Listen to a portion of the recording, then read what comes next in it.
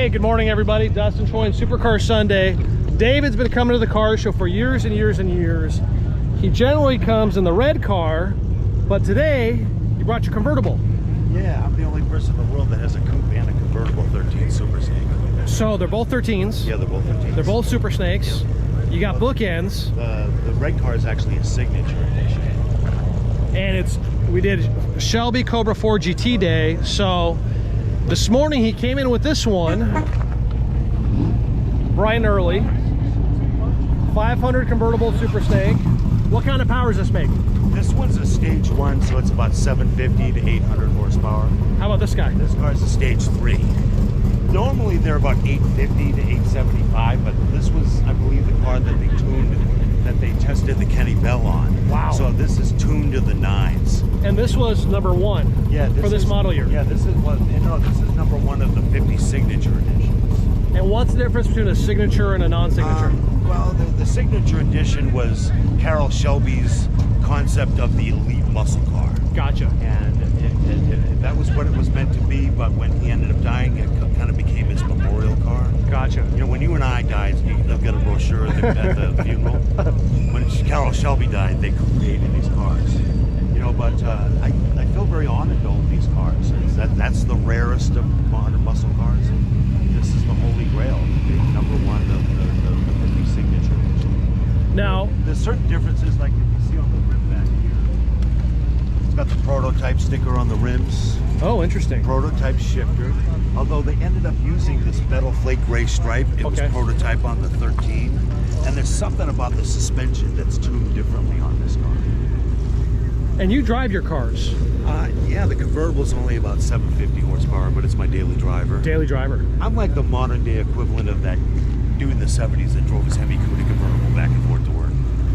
I just broke 4,900 miles on the red car, which I told myself I'd stop driving it at $5,000 because... Now, somebody rumored that you might sell this one. Yeah, you know, I pondered. I mean, I'm getting insane appraisals on the car. You know, there's only 5 Mustangs that have broken $1 million over the auctions. I believe I own the 6. It's you know, it's like a 10-factor holy grail. The most I've ever seen in a single car. Now, you know, these two cars together, brand new, you could have gotten a Porsche, a Ferrari, a Lamborghini. Why did you pick 2 Shelby Mustangs over something else? I'm actually a Pontiac guy. It all started with, I went to Galpin Ford looking for a new car. I sat in some of the Dodges, and I kept looking back at the little 2010 GT convertible. Really? I said, wow, you know, it's a convertible, it's a clutch. And I said, wow, 300 horsepower, that was kind of fast. But then I heard that, wow, they make a GT500 convertible, and it became a challenge.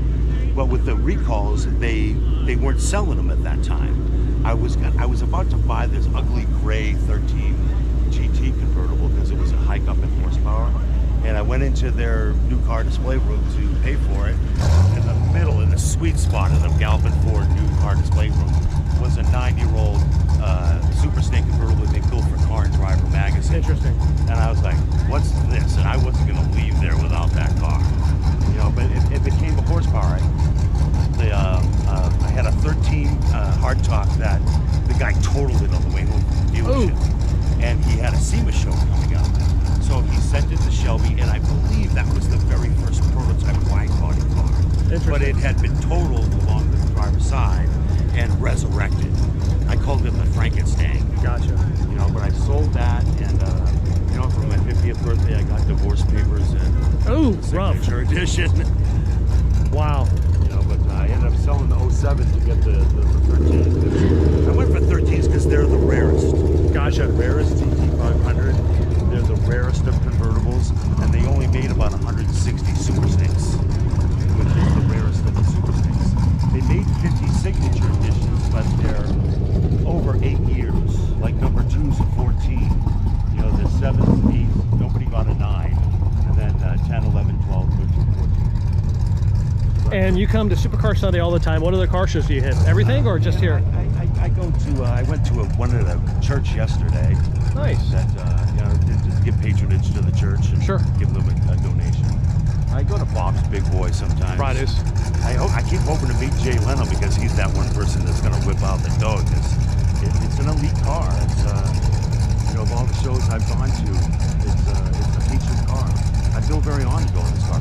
Found it at a Kia dealership in Oklahoma. Really? Yeah. And what do you do for work? I'm an auctioneer. I sell movie props for a living. Oh, how interesting. And I'm actually a Pontiac guy, but these big block Fords are just a whole new animal.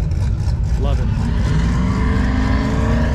But I appreciate the featured spot here. Well, listen, you called. You're always out here. I'm always happy to see you. You called, said, hey, I want to bring them both. I knew it was a rare occasion. You were the first guy here with a smile on your face. You came right back with your other cars. So thank you for coming out. Thank you for sharing. Have a good day, brother. I'll see you next Sunday. Only time these two have ever been together. Other than my garage. There you go. Another first at Supercar Sunday. That's why I call it Supercar Sunday. Passion. Gotta love it. It's what we do out here. Supercar Sunday. See you next time.